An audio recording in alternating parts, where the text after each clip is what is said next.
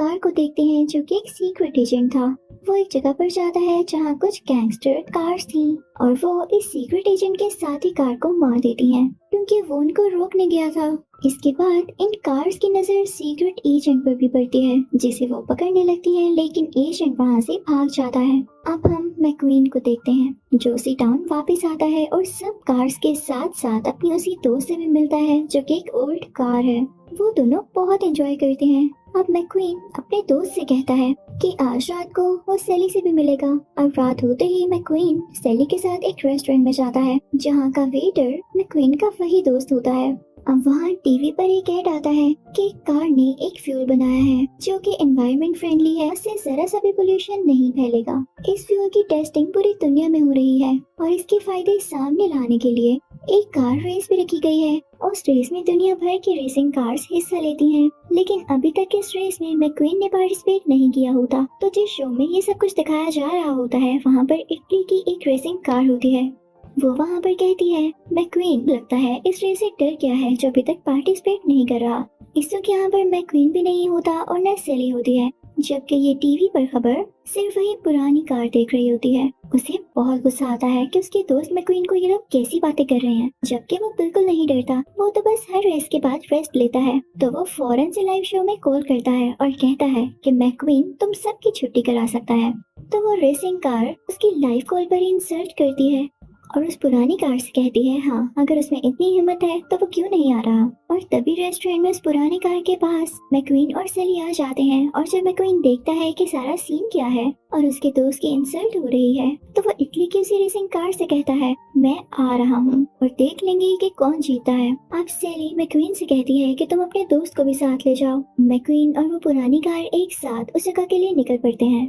वहाँ पहुँचते ही मैक्वीन और उसका दोस्त पार्टी करते हैं। तो मैक्वीन के दोस्त का फ्यूल लीक हो जाने लगता है तो वो वॉशरूम जाता है। अब पीछे से मैक्वीन के पास वही सीक्रेट एजेंट आता है। वहाँ पर एक पर्पल कार भी होती है और उन दोनों में उस रात को लेकर बात होने लगती है जब सीक्रेट एजेंट ने उन गैंगस्टर कार्स को देखा था जो कि एक कैमरा की डील कर रही थी और वो गैंगस्टर कार ये नहीं चाहती थी कि उनको कोई भी ऐसा करते हुए देखे। वो पर्पल कार उस सीक्रेट एजेंट को बताती है कि उस डील के बारे में एक डार्क एजेंट को इन्फॉर्मेशन है और उसके पास काफी ज्यादा एविडेंसेस भी हैं। इसी के साथ हम वॉशरूम का सीन देखते हैं जहाँ पर वही डार्क एजेंट जो कि एक वॉयलेट कार होती है वो मैक्वीन के दोस्त के पास आ जाती है, लेकिन तभी उसके पीछे कुछ बुरी कार्स पड़ जाती हैं और उसे तंग करने लगती हैं कि तुम्हारे पास जो जो एविडेंसेस हैं वो हमें दे दो। आखिर क्या सीन है उस कैमरे का, लेकिन वैसा नहीं चाहता था कि उसके पास जो कुछ है वो लीक हो जाए। वो सब एविडेंसेस इवन अपना ट्रैकर भी मैक्वीन के दोस्त यानी उस पुरानी कार के नीचे लगा देता है और जब वो वॉशरूम से बाहर आता है तो वही पर्पल कार जिसने सीक्रेट एजेंट को सब कुछ बताया होता है वो उस ट्रैकर की वजह से मैक्वीन के दोस्त को ही वो डार्क एजेंट समझ लेती है और उसे कहती है कि क्या तुम मेरे साथ आ सकते हो, मुझे तुमसे बहुत से क्वेश्चंस करने हैं। अब उधर वो पूरी कार्स असली डार्क एजेंट को टॉर्चर कर रहे होते हैं। उसमें वो ऑल इन फ्यूल भर के जो रिसेंटली इंट्रोड्यूस हुआ था उसके ऊपर लेजर लाइट्स फेंक रहे होते हैं जो कि इनविजिबल होते हैं। तो डार्क एजेंट को अपना मुंह खोलना ही पड़ता है और वो कहता है कि हाँ मेरे पास वो पहले एविडेंसेस थे लेकिन अब मैंने वो मैक्वीन के दोस्त की कार में डाल दिए हैं। अब अगले ही दिन वो रेस स्टार्ट हो जाती है जो कि ऑल इन फ्यूल की वजह से ऑर्गेनाइज की गई थी। सब कार्स में वही फ्यूल होता है। अब यहाँ पर मैं आपको थोड़ी सी स्टोरी समझाती हूँ। अब उस दिन हमने जिन गैंगस्टर्स को उस कैमरा की डील करते हुए देखा, इनफैक्ट वो कैमरा इनविजिबल रेस छोड़ता है जो कि लेजर टाइप होती है और दूसरी तरफ ऑल इन फ्यूल जो कि नया नया इंट्रोड्यूस हुआ है तो वो बहुत अच्छा और एनवायरमेंटल फ्रेंडली भी है, लेकिन उसका एक नुकसान है कि अगर वो किसी गाड़ी में हो और उसके ऊपर लेजर डाली जाए तो वो गाड़ी चलने लगती है। अब जिस कार ने ये फ्यूल बनाया होता है उसके ओनर से एक प्रोफेसर चला करता था और वो जो गैंगस्टर्स थे इसी प्रोफेसर के भेजे गए थे जो कि ऐसा कैमरा हासिल करना चाहते थे जो कि इनविजिबल रेस छोड़े और ये सब उसी रेस में ऑडियंस में बैठे होते हैं उसी कैमरे के साथ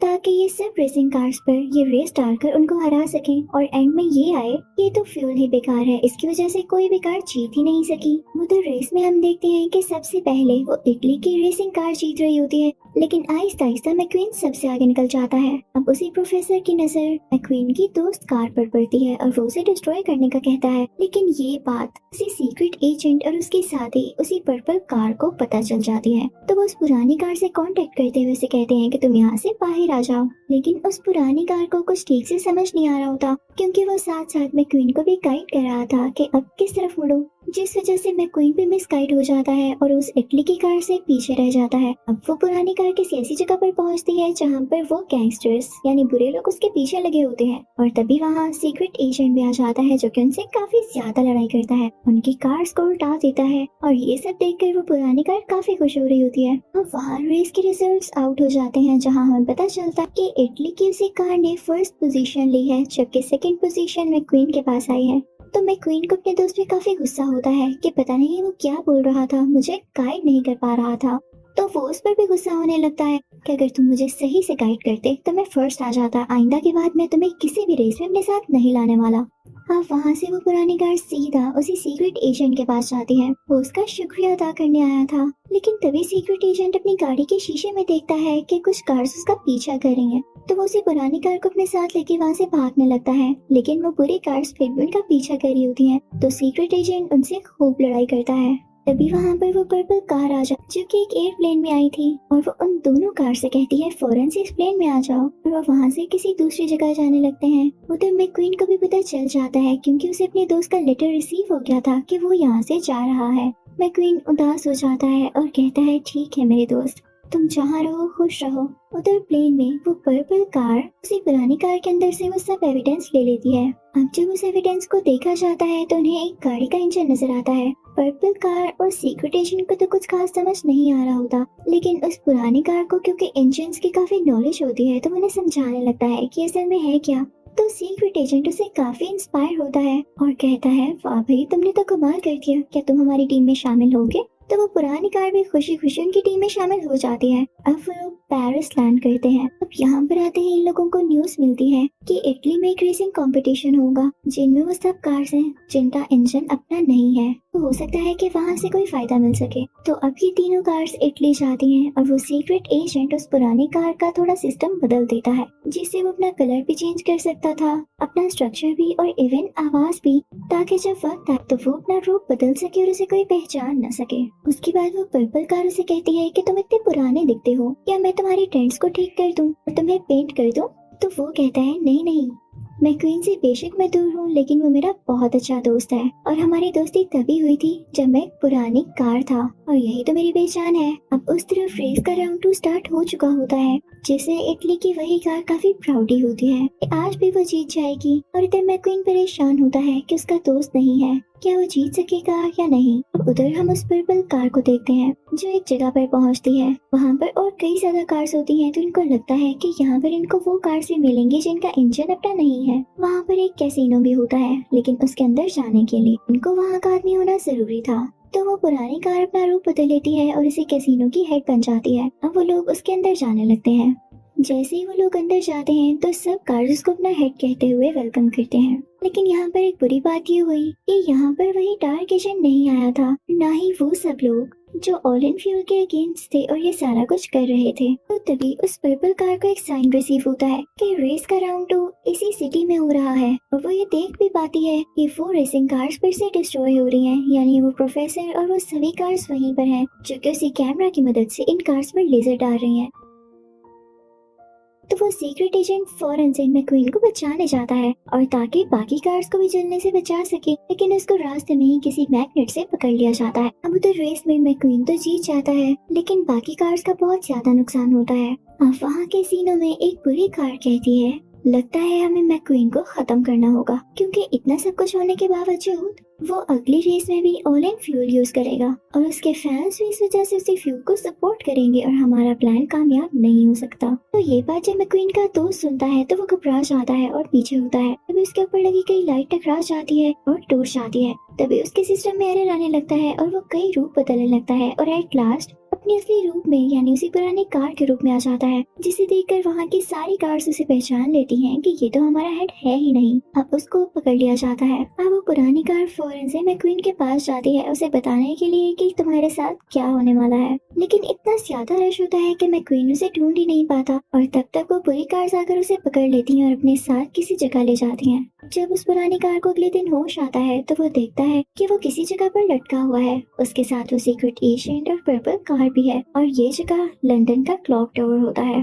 तभी वहाँ पर वो गैंगस्टर कार्स भी आती हैं जो कि उसी कैमरा की मदद से मैक्वीन पर वही लेजर फेंकने की कोशिश कर रही होती हैं, लेकिन मैक्वीन की कार मिस हो जाती है और वो उसको चला नहीं पाते। हाँ, वो कार्स कहती हैं कि कोई बात नहीं, अगर हम इसको लेजर से शूट नहीं कर सके हम इसकी कार को एक्सप्लोड कर देंगे। और ये लोग मैक्वीन के पीछे इसीलिए होते हैं क्योंकि सब कार्स को छोड़ के सिर्फ एक वही कार थी जो कि ऑरेंज फ्यूल को भी यूज करना चाहती थी। ये सुनकर मैक्वीन का दोस्त खुद को आजाद कराता है और वहाँ से जंप लगाते हुए बाहर की तरफ निकलने लगता है ताकि मैक्वीन को बचा सके। उसके पीछे पीछे वही सीक्रेट एजेंट और पर्पल कार भी अपने आप को आजाद करवाते हैं, लेकिन देखते हैं कि मैक्वीन के दोस्त की गाड़ी का एक पार्ट वहाँ पर गिरा हुआ है, जिससे वो समझ जाते हैं कि जिस बॉम्ब से गैंगस्टर्स मैक्वीन को एक्सप्लोड करने वाले हैं ये तो उसी पुरानी कार के अंदर है। तो वो फौरन से उसके पीछे जाते हैं ये बताने के लिए कि बॉम्ब तुम्हारे ही अंदर है। अब वहाँ जाकर ये सब कुछ वो उस पुरानी कार को बता देते हैं।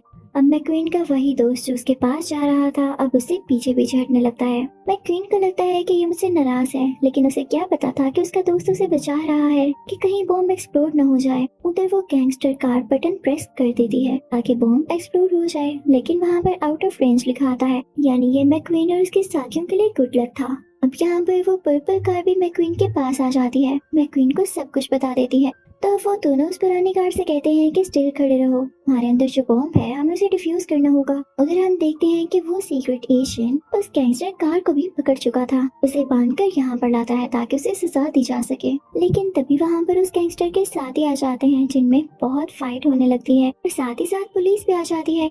तो ये लोग इस गैंगस्टर कार से कहते हैं कि फौरन से कार के अंदर लगाए गए बॉम्ब को डिफ्यूज करो। तो वो गैंगस्टर कार कहती है मैं इस केस में कुछ नहीं कर सकती, मेरा बॉस ही है जो इस बॉम्ब को डीएक्टिवेट कर सकता है। तो मैक्वीन का दोस्त कहता है मैं जानता हूँ उसे, और अपनी कार भगाकर क्वीन के पैलेस की तरफ ले जाता है जहाँ पर एक ग्रीन कार होती है और यही उन गैंगस्टर्स का बॉस होता है, लेकिन इसने कभी आज तक किसी को शो नहीं कराया था और उस दिन ये पार्टी में भी था। मैक्वीन के दोस्त को इस पर शक होता है तो उसके पास जाने लगता है और जैसे जैसे वो पास आ रहा होता है तो वो ग्रीन कार डरने लगती है कि वाकई उसे पता था कि इसके अंदर बॉम्ब है और उसे डर भी इसी बात की वजह से लग रहा था कि बॉम्ब एक्सप्लोड होने में सिर्फ 5 सेकंड रहते हैं और ये मेरे बिल्कुल करीब है। अगर बॉम्ब एक्सप्लोड हो गया तो जाहिर सी बात है कि वो भी नहीं रहेगा। तो वो फौरन से बोलता है डीएक्टिवेट और उसकी आवाज पहचान कर वो बॉम्ब डिफ्यूज हो जाता है। इसी के साथ सबको पता चल जाता है कि ग्रीन कार कितनी बुरी थी। पुलिस उस ग्रीन गैंगस्टर कार को पकड़ लेती है और वहाँ की क्वीन उस पुरानी कार को शाबाश देती है। अब ये सब कार्स उसी टाउन वापस आ जाती हैं। मैक्वीन और उसका दोस्त फिर से एंजॉय करने लगते हैं और इसी के साथ इस मूवी का पार्ट 2 खत्म होता है। तो अब मैं स्टार्ट करूंगी पार्ट 3 की एक्सप्लेनेशन। तो शुरू करते हैं। तो यहाँ पर हमें दिखाया जाता है कि मैक्वीन की एक बहुत ही बड़ी रेस होती है जिसके लिए वो उस जगह चला जाता है और उसे अपना दोस्त बहुत याद आया करता था क्योंकि इस बार वो उसके साथ नहीं होता। रेस का राउंड 1 स्टार्ट होता है जिससे मैक्वीन जीत लेता है तो एक ब्लू कार उसका बहुत मजाक उड़ाती है। अब अगले दिन जो रेस होती है उसमें वही ब्लू कार जीत जाती है, लेकिन वो बहुत ज्यादा प्राउड थी। लेकिन प्राउड भी ज्यादा देर तक नहीं रहता। अगले दिन रेस का राउंड 3 स्टार्ट होता है और वहाँ पर बहुत ही मॉडर्न और एडवांस कार आती है जिसका स्ट्रक्चर बहुत ही प्यारा था और शायद इसी वजह से उसे खुद पर प्राउड भी था। वो एक ब्लैक कलर की कार होती है और आज के राउंड में वो सबको पीछे छोड़कर खुद जीत जाती है। मैक्वीन से बात करने की कोशिश करता है लेकिन वो ब्लैक कार उसे मुंह भी नहीं लगाती। इस कार का नाम स्टॉर्म होता है और देखते ही देखते ये लोगों में मशहूर होने लगती है। हम तो अब न्यूज में भी आने लगा था जहाँ पर ये बताया जाता है कि इसका स्ट्रक्चर बहुत ही एडवांस है, इसकी टेक्नोलॉजी बहुत हाई है जिसकी वजह से यह रेस जीत जाता है। और एडवर्ड्स में से काफी इम्प्रेस होते हैं कि वो अपने एड्स में पुराने रेसर्स को क्यों लाए जबकि इतने एडवांस और इतनी प्यारी कार्स यहाँ पर मौजूद है, जिसकी वजह से मैक्वीन को बहुत दुख होता है और जाहिर है बाकी कार्स को भी हुआ होगा। अब उधर वो ब्लू कार मैक्वीन के पास आती है और उससे कहती है कि क्या तुमने खबर सुनी? तो मैक्वीन कहता है हाँ। तो वो ब्लू कार कहती है बस देख लो अब ये हमारा दौर नहीं रहा, ये नई कार्स का दौर है। एडवांस कार्स, लोग उन्हीं को पसंद करेंगे, हम तो भाई पुराने हो रहे हैं, रेस भी कहाँ जीत पाएंगे, तो मैं रिटायरमेंट ले रहा हूँ। मैक्वीन उसे समझाता है कि यार उदास नहीं हो, अगर हिम्मत हो तो सब कुछ किया जा सकता है। लेकिन वो ब्लू कार वहाँ से हट होकर चली जाती है और मैक्वीन ने हिम्मत नहीं हारी होती। अब एक दिन एक रेस होती है जिसमें मैक्वीन ने भी पार्ट लिया होता है और स्टॉर्म भी होता है। सबको यही लग रहा होता है कि स्टॉर्म ही जीतेगा, लेकिन मैक्वीन इसके लिए बहुत एफर्ट करता है और जी जान लगाकर उस रेस में भागने लगता है। लेकिन थोड़ा आगे जाते ही उसकी कार का एक्सीडेंट हो जाता है और वो क्रैश हो जाती है। इतने ज्यादा मल्टीपल डैमेजेस होते हैं कि शायद अब वो दोबारा कभी भी रेस में हिस्सा ना ले पाता। इसी तरह से 4 महीने गुजर जाते हैं। मैक्वीन ने किसी भी रेस में पार्ट नहीं लिया होता और सब लोगों में स्टॉर्म ही मशहूर होते जा रहा होता है। तभी 4 महीने बाद हम एक गोदाम में मैक्वीन को बिल्कुल ठीक हालत में देखते हैं, जो कि अब पूरी तरह से हील हो चुका था। उसके डेंट्स भी निकाल दिए गए थे और जहाँ जहाँ से वो चला था उस चीज को भी ठीक कर दिया गया था। लेकिन जैसे हमने पार्ट 1 में कि एक जज ने उसे अपनी स्टोरी बताई थी कि जब उसे मल्टीपल डैमेजेस आए तो हील होने के बाद भी उसे किसी ने घास नहीं डाली और उसका करियर बर्बाद हो गया। तो इसी बात की वजह से मैक्वीन भी काफी डर रहा होता है। तभी वहाँ पर सैली आती है और उसे कहती है, मैक्वीन तुम बहुत हिम्मत वाले हो, तुम कभी भी हार नहीं मान सकते। दुनिया जो भी कहे तुम्हें सब कुछ करके दिखाना होगा। अब वहाँ से मैक्वीन चला जाता है तो रास्ते में से कई रिपोर्टर्स मिलते हैं जो उससे कहते हैं कि आप रिटायरमेंट ले रहे हैं। तो मैक्वीन उनकी बातों को इग्नोर करता हुआ एक जगह पर आता है जो कि एक ट्रेनिंग सेंटर होता है, क्योंकि 4 महीने से उसने किसी रेस में पार्ट नहीं लिया होता। तो वो यहाँ पर ट्रेनिंग लेने आया था और यहाँ पे वो एक कार क्रूज से मिलता है जो कि उसको ट्रेन करने वाली थी, जो कि येलो कलर की कार होती है। तभी वहाँ पर मैक्वीन को एक सिमुलेटर नजर आता है जिसे देखकर वो बहुत एक्साइटेड हो जाता है और जिद करके उस पर प्रैक्टिस करने जाता है। लेकिन ज्यादा देर तक अपना बैलेंस उस पर मेंटेन नहीं रख पाता, जिससे वो स्टिमुलेटर टूट जाता है। अब उस ट्रेनिंग सेंटर का ओनर उसे कहता है कि आपको रिटायरमेंट ले लेनी चाहिए, आप तो रेस लगाना भूल चुके हैं। वो उसे ये भी कहता है कि आप कोई और काम शुरू कर लें। तो मैक्वीन उसे कहता है, मुझे सिर्फ एक और चांस दें, मैं अच्छे से ट्रेनिंग लूंगा। तो अब उसे क्रूज के साथ ट्रेनिंग लेने के लिए भेज दिया जाता है, सिर्फ उसको आखिरी चांस। लेकिन वहाँ पर क्रूज नोट करती है कि मैक्वीन की जो स्पीड है वो अभी भी स्टॉर्म से काफी ज्यादा कम है और उसे और मेहनत की जरूरत है। तभी मैक्वीन वहाँ पर एक बोर्ड देखता है जो कि एक कार रेसिंग का होता है और उसमें कोई भी रेसिंग कार पार्ट ले सकती थी। तो मैक्वीन इसका फायदा उठाते हुए टाइम पर वहाँ पहुँच जाता है। लेकिन वहाँ जाकर ये लोग देखते हैं कि वो कोई कार रेसिंग नहीं बल्कि कार फाइटिंग है। देख के वो लोग वहाँ से निकलने लगते हैं, लेकिन जिसने ये फाइटिंग शो ऑर्गेनाइज किया था वो उन्हें रोक लेता है। तब यहाँ पर एक बहुत बड़ी येलो कार आती है जो कि क्रूज और मैक्वीन से लड़ने लगती है, लेकिन मैक्वीन क्रूज की जान बचाते हुए वहाँ से बाहर निकाल लेता है। और जब वो बड़ी सी येलो कार उन पर जंप करने लगती है तो वो स्टेडियम से ही बाहर हो जाती है, जिसकी वजह से वहाँ पर सिर्फ क्रूज ही बाकी बचती है और वही इस शो की विनर भी होती है। मैक्वीन ने खुद पर मिट्टी लगा रखी थी जिसकी वजह से कोई भी उसे पहचान नहीं पा रहा था। लेकिन तभी वहाँ पर एक वाटर टैंक गिर जाता है और उसका सारा पानी मैक्वीन के ऊपर, जिसकी वजह से उसकी मिट्टी धुल जाती है और उसका अपना रेड कलर सबके सामने आ जाता है। तो सब पहचान लेते हैं कि ये तो मैक्वीन ही है। वहाँ के सब लोग मैक्वीन को पहचान लेते हैं, लेकिन इससे पहले कि वो उसके पास आते या कोई क्वेश्चन करते मैक्वीन और क्रूज वहाँ से भाग जाते हैं। अब मैक्वीन क्रूज से बदतमीजी करता है कि तुम बिल्कुल भी अच्छी ट्रेनर नहीं हो। तो क्रूज उससे कहती है, हूँ मैं अच्छी ट्रेनर, लेकिन जब भी कोई रेस देखती हूँ तो इमोशनल हो जाती हूँ, क्योंकि मेरा भी ये ख्वाब था कि मैं एक रेसर बनूं, लेकिन लड़की हूँ ना, इस वजह से रेसिंग कार नहीं बन सकी और ना ही मुझे सपोर्ट किया गया। ये कह के वो काफी उदास होकर वहाँ से चली जाती है। तभी मैक्वीन एक न्यूज देखता है और वो चैनल्स ये कह रहे होते हैं कि कई महीनों से मैक्वीन वापस नहीं लौटा। इसका मतलब कि उसने रिटायरमेंट ले ली है, जिसे देखकर वो काफी उदास हो जाता है और अपने दोस्त को वीडियो कॉल करता है। तो उसका दोस्त उसे कहता है, याद है एक बहुत ही अच्छी रेसिंग कार जो कि अब जज है, मेरी नजर में उसका ट्रेनर है और अगर तुम उससे ट्रेनिंग लोगे तो बहुत आगे जा सकते हो, तो फौरन से इधर आ जाओ। अब मैक्वीन क्रूज को लेकर वहाँ पर जाता है। अब वो वहाँ जाकर उस ट्रेनर से मिलता है तो ट्रेनर मैक्वीन से कहता है कि मैंने सुन रखा है तुम बहुत अच्छी रेसिंग कार हो, तुम कुछ भी चाहो तो उसे हासिल कर सकते हो, इसलिए आज से तुम्हारी ट्रेनिंग शुरू होती है। वो क्रूज को मैक्वीन के आगे लगाता है और इसके पीछे स्टॉर्म लिखता है। ट्रेनर मैक्वीन से ये कहता है कि समझो क्रूज स्टॉर्म है और तुम्हें इसको चेज करना है और इसको काटते हुए आगे निकलना है। लेकिन वहाँ पर क्रूज ही रेस जीत जाती है। इस तरह से क्रूज का भी ख्वाब पूरा हो रहा था और दूसरी तरफ मैक्वीन की ट्रेनिंग भी हो रही। अब जब मैक्वीन एक लड़की से भी रेस नहीं जीत पाता तो वो ट्रेनर कहता है, हटो, मैं तुम्हें खुद ट्रेन करूंगा। वो ट्रेनर उसे कुछ दिन खुद ही ट्रेनिंग देता है और कुछ ही दिन बाद मैक्वीन बहुत अच्छा ट्रेन हो जाता है। लेकिन जब उसकी क्रूज के साथ दोबारा रेसिंग होती है तो यहाँ फिर से क्रूज जीत जाती है और मैक्वीन हार जाता है। मैक्वीन उस जगह चला जाता है जहाँ पर आज बहुत बड़ी रेस होने वाली थी। यहाँ पर उसका दोस्त और सेली भी उसे सपोर्ट करने आते हैं। तब रेस शुरू हो जाती है, लेकिन मैक्वीन सबसे आखिर पे होता है। लेकिन फिर भी रेस शुरू होते ही वो थोड़ा आगे जाना मैनेज कर लेता है। उसे उसका ट्रेनर और क्रूज भी देख रहे होते हैं। ट्रेनर होता है, वो क्रूज से कहता है कि आप यहाँ क्या कर रही हैं, आप क्यों रेस देख रही हैं, आप यहाँ से जाएं। तो क्रूज उदास होकर चली जाती है। जब मैक्वीन ये देखता है तो उसका भी दिल दुखता है कि क्रूज का भी तो दिल चाहता है कि वो रेसिंग करे, और यहाँ उसको रेस तक नहीं देखने दी जा रही, सिर्फ इसलिए कि वो लड़की है। ये गलत है। वो फौरन से अपनी टीम को ऑर्डर देता है कि क्रूज से कहो रेस के लिए तैयार रहे। लेकिन क्रूज के लिए इस रेस में पार्ट लेना इम्पॉसिबल था, क्योंकि रेस स्टार्ट होने से पहले उसने अपना कार नंबर नहीं लिखवाया था। तो मैक्वीन उसे अपनी नंबर प्लेट उतार कर देता है और उसके नंबर प्लेट पर लगा देता है। और फिर दूर से मैक्वीन उसे चीयर अप करने लगता है और कहता है, वो टाइम याद करो जब तुम मुझे ट्रेन करते करते मेरे से भी आगे निकल जाती थी। इस तरह से जो क्रूज पहले नर्वस होती है उसमें हिम्मत आने लगती है। क्रूज आगे निकलने लगती है और स्टॉर्म के बराबर पहुंच जाती है। स्टॉर्म को खुद पे काफी गरूर होता है, तो वो क्रूज से कहता है, लड़की तुम कुछ भी नहीं कर सकती हो, जीतूंगा तो मैं ही। तो इस वजह से दोबारा से क्रूज का मोराल डाउन हो जाता है, यानी वो नर्वस होने लगती है। तभी मैक्वीन उसे दोबारा से चीयर अप करता है, रोज तुम लोगों की बातों में बिल्कुल मत आना। पता है स्टॉर्म तुम्हारी इंसल्ट क्यों कर रहा है? क्योंकि वो तुम्हारी तरह इतना स्ट्रॉन्ग नहीं। वो तुमसे डरता है, इसलिए तुम्हें अपनी बातों में फंसाकर हराना चाहता है, लेकिन तुम ही जीतोगी।